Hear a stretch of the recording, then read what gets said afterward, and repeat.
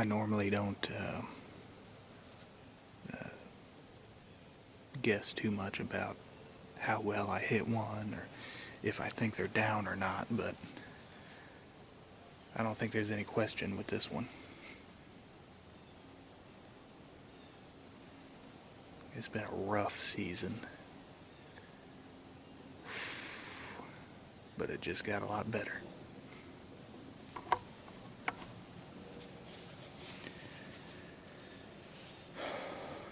I haven't seen that buck on any of the cameras or anything. I would have liked to have held out for something larger than that. Usually I like to wait a little while before I start taking bucks, because we only have 2 buck tags here in Tennessee. But guys, it's been so rough this bow season, and it's been 2 years since I've had any success at all during bow season. 2 years that I came back empty-handed throughout the whole season. So I ain't passing up nothing, obviously. The old Barnett here looks like it did a really good job. Of course, the shot was like 10, maybe 12 yards kind of behind me. So obviously you need the latest in crossbow technology. 340 feet per second minimum for these 12-yard shots.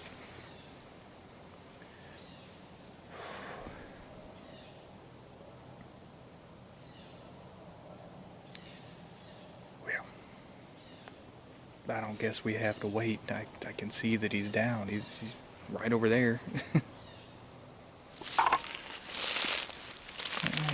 Here it is.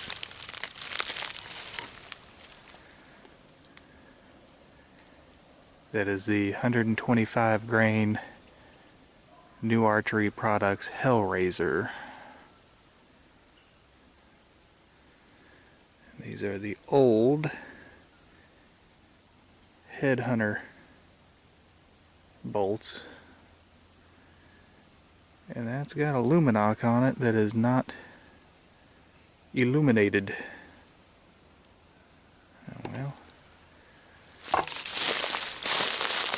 Plenty of blood here.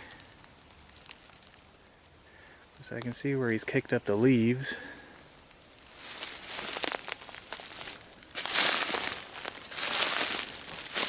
I guess it's alright if I leave all my stuff here just to follow the blood trail real quick. There's blood here.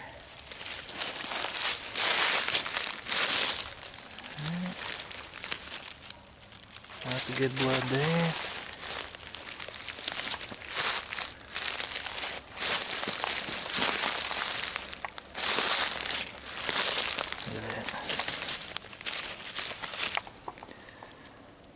We have blood and hair.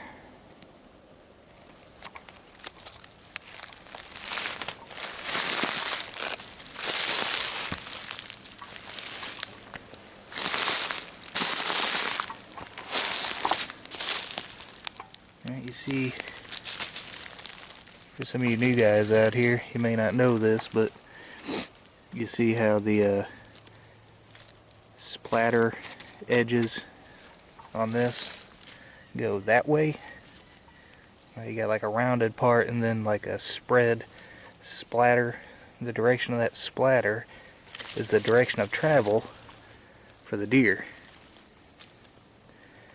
So you can go here. You've got blood from here all the way over to here. So you can tell right there he's bleeding out both sides. And again here, you see the splatter splattering this way.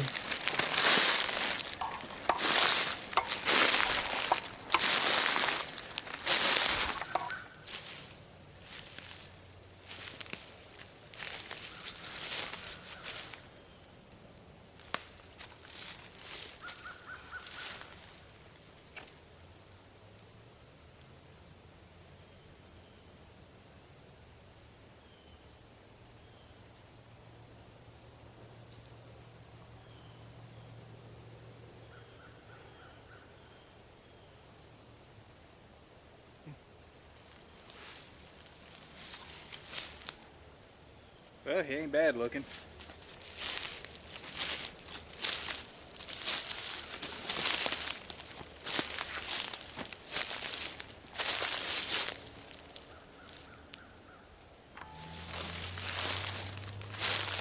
Look at that.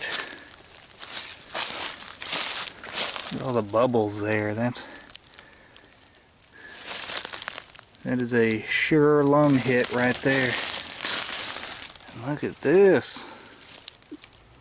That is a solid 6-pointer. He's got a pretty good sized body on him.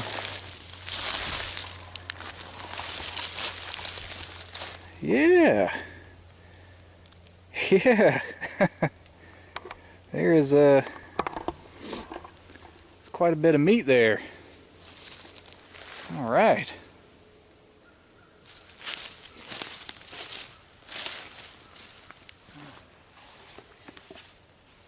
All right, so the knife of the day is this cool case knife here. There you go.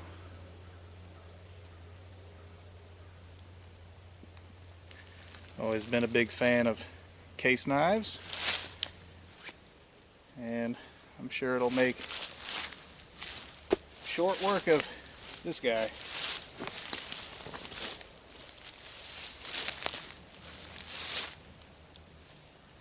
Alright, so everything's taken care of now. I'm letting him drain out. I did a little autopsy, and looks like we clipped part of the heart and got both lungs. That's why it went down so fast. I mean, the tree stands right over there. So, yeah. He actually ran about 5 yards right in front of the stand before turning and coming up here, and this is about 40-45 yards away. So, anyways, I got to get him back over to the edge of the field there, and there's a fence in the way that I'm going to have to probably get him under. I don't think I can get him over it, but I'm going to go get the four-wheeler and yeah, try to get this guy back.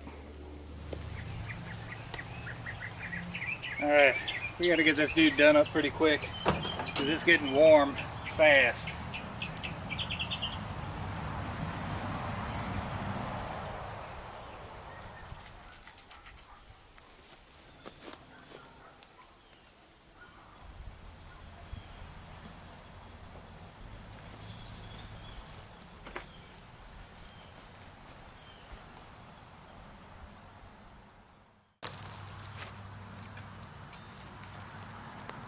Alright, so here's what we got.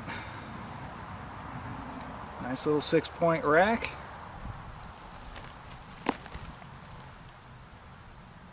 Let's leave that right up here for now till it dries out. Alright, so I know a lot of people are thinking, hey, you just made a whole video on how you were going to use the Bear Whitetail Hunter compound. And that's true, I have been using it, but I also recognize that we're getting about halfway into the deer season now, and I wasn't having the success that I thought I was going to have. And, you know, just with our past track record here and some frustrations that have come up this season, I decided that the best thing to do would be to hunt with my crossbow, get something in the freezer, and then yeah, once you get something in the freezer there, then it's a whole lot easier to be more selective, right? Alright, so as far as frustrations for this season, well, I actually started using this crossbow about a week ago, and you know, it's always been good. It's always shot really well, and I actually did shoot another deer with it. Here you go.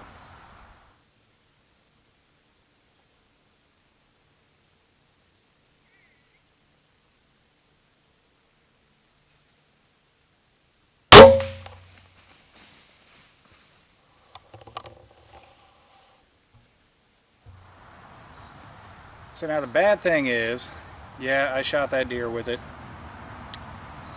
I never found it. And I found out why after a whole lot of dinking around with everything. You know, after I couldn't find the deer, I went back to the range, started shooting it again, and even though I had checked it before I went hunting, it seemed like every third or every fourth shot was just, you know, off out in the middle of nowhere. You know, there was just no rhyme or reason to it. You know, I'd have 2 or 3 shots right in the bullseye, and then one 6 inches off from that, even at 20 yards. So naturally, I thought that it was probably the scope. The scope is the most likely thing to fail. And honestly, I haven't had good luck with crossbow scopes, or airgun scopes for that matter. They just don't make them very well unless you get a really, really expensive one. This is the scope that was on that crossbow. So just to check the scope, I took it off of there and I put it on this one, the old Jaguar, being the only other crossbow that I got, and it zeroed in without a problem, and it held zero really well. So then I'm left thinking, okay, well, it's not the scope. I went ahead and left it on there because it matches it pretty well, and I've been wanting a scope for that bow anyway. And I did hunt for a couple days with that. But I popped another one on here. You see this one, this Vortex, this was on my 223. I've actually taken a deer or two with this scope on a rifle before, and I know people are saying that you can't put a regular rifle scope on a crossbow or an air gun because of the reverse recoil. Scopes are supposedly not made to be able to take that, and they say that it'll break the scope. I'm not going to say if that's true or not, or if it's BS or not, but I will say that every time I've had a crossbow and had a scope fail and I've replaced it with a regular rifle scope, it's usually lasted the rest of the life of the bow. So I had no problem slapping this one on here, but I knew it wasn't the scope because it worked good on that one. So I had to figure out what it was, and I finally narrowed it down to the bolts, or the arrows, whatever the hunting industry is calling them today. I know they've used both in the past. Now, these are some new bolts that I got, and you see this one, the insert has actually come out on it. We can compare that to the old one. Here's one of my old ones. Okay, they're the exact same arrow, 22-inch Headhunter custom carbon by Barnett. Alright, if you type in crossbow bolts for Barnett Quad 400, this is what comes up. And if I put this in here,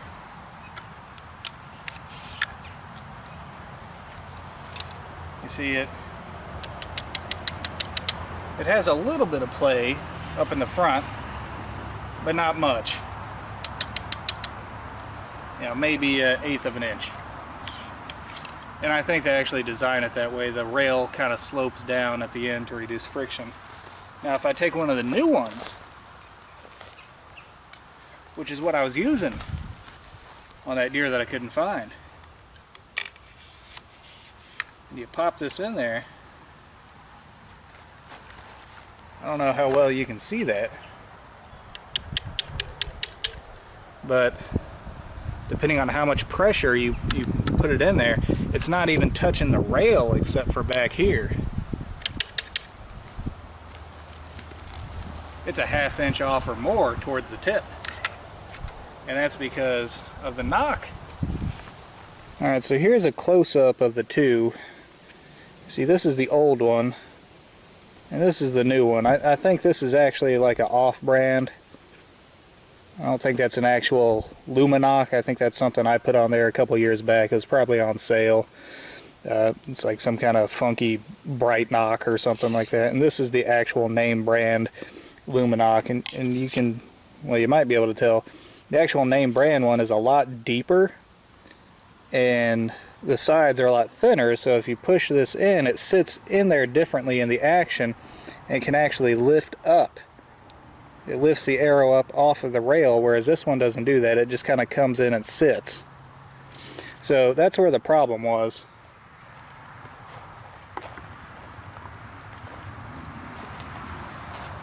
So after I figured that out,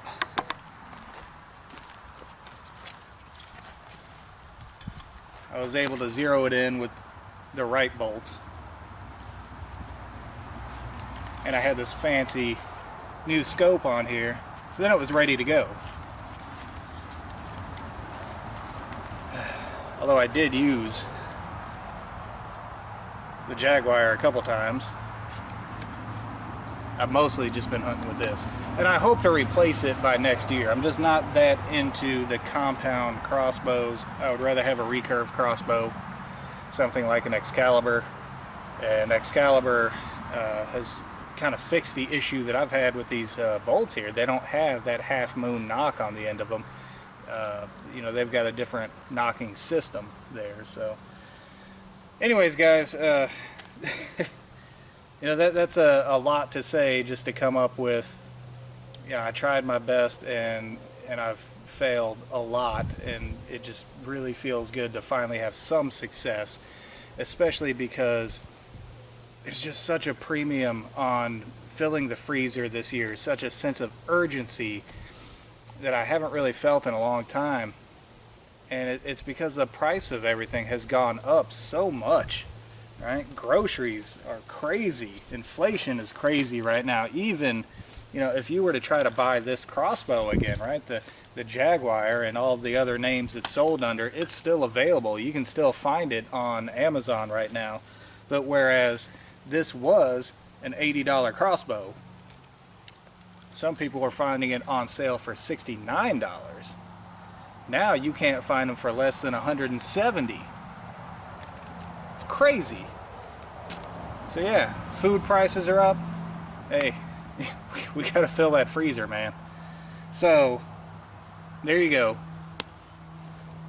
You know, thank God, I finally got something. And now we can be a little bit more selective and a little bit more sporting and more unique out there and actually hunt with, you know, the bear whitetail hunter that I said I was going to hunt with originally to begin with. So hopefully I'll get something else too. But anyways, guys, that's all the time that I have for today. I hope you enjoyed it. Till next time, thumbs up. You know, just looking at these two, I hate to make this analogy, but I know some of my audience is gamers.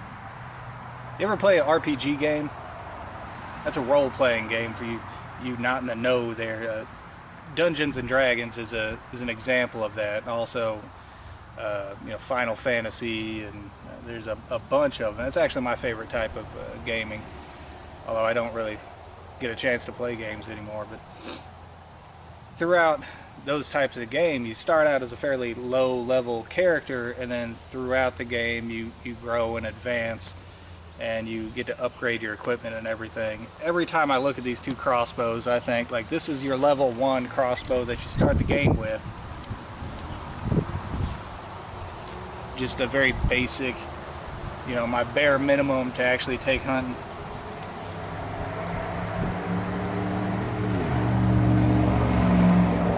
And this big dude right here is like your level 99 crossbow that you would end the game with. The super mega ultra crossbow that shoots down Scud missiles.